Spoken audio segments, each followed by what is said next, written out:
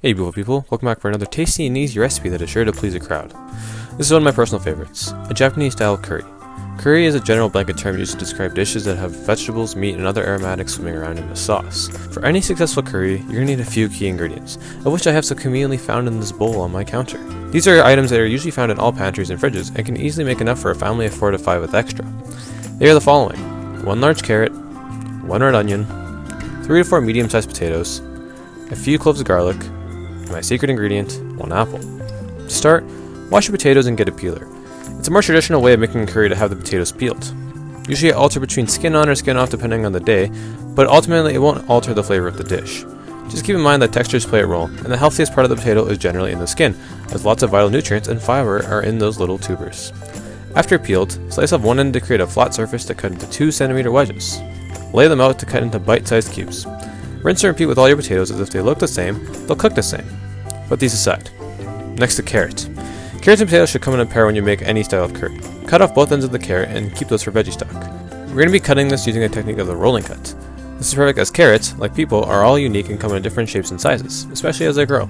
At the end of the carrot, point the knife 45 degrees from the end and slice. Rotate the carrot a quarter and repeat.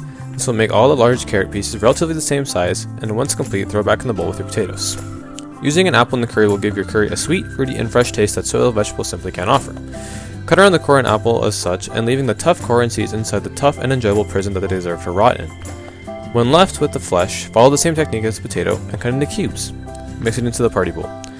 When using garlic for your curry, always try to get a fresh head to work with, because as they say, 2 heads is better than 1. Yeah, I'll just stick to making recipes. A fun trick when working with garlic is to feel the bulges that can determine how much garlic you exactly want. And you can also process out without damaging the skin and also the other cloves. Cut in between one of the bulges and remove about 2 cloves. Quick removal of the skin can be done by slicing both ends and placing it at the heel of your blade and crushing it quickly on its side. The papery skin should slide right off with ease, and keep these separate from the party bowl. Lastly is the onion. I chose 1 whole red onion, but a smaller white or yellow will do fine. I'm only going to be using about half of it in this curry anyways. You're aiming for a medium dice to saute. Once cut in half and the ends are removed, make 1 cm cuts that almost reach the end of the onion, slice horizontally through the middle, almost all the way through, and then chop down for a dice.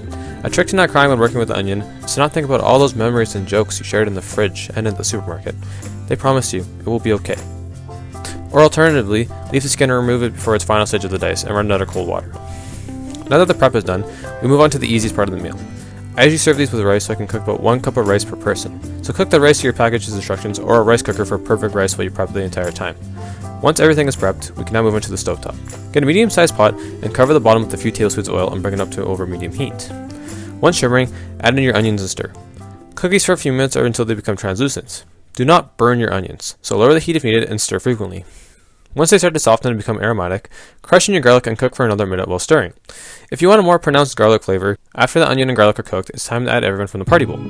Stir and mix until it's all coated in oil. Mix every minute and let some of the brown fond form on the pot in pieces. Once cooked for a few minutes, now it's time to add broth. You can use any broth of your choice, meat or veggie, but I use water.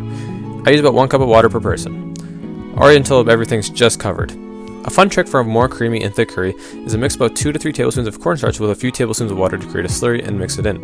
It will tighten your curry and make it less like a soup, but more like the desired soup texture we want. Scrape any fond off the bottom of the pot and stir in everything well.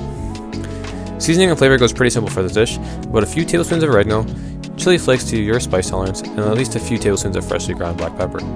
Play around with different spices you like just for the different flavors. As for the actual curry, this is one of the few times where I will say, please, just use a store-bought curry mix, cubes, rubes, spices, anything. Through my research and attempts, this stuff just rocks and it's comparable to anything you can probably make. I'm not sponsored or endorsed by this specific brand, I just really enjoy the flavor it offers. You can find something similar or this exact brand in probably most big grocers, in the international aisles, or any Asian supermarkets. Follow to your package's instructions. For this specific one, I used half the package. Break it up and stir into your curry. Mix every few minutes to ensure your curry is dissolving and not burning in the bottom of your pot. Let it simmer over medium-low heat, partially covered for about 20 minutes. It should go from a soup to this type of texture.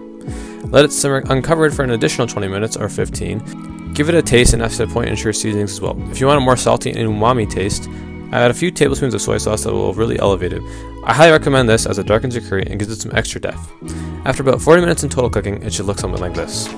Once ready to serve, take it out to heat and let it sit for a few minutes for a serving. Get a bowl and plate half it with your rice.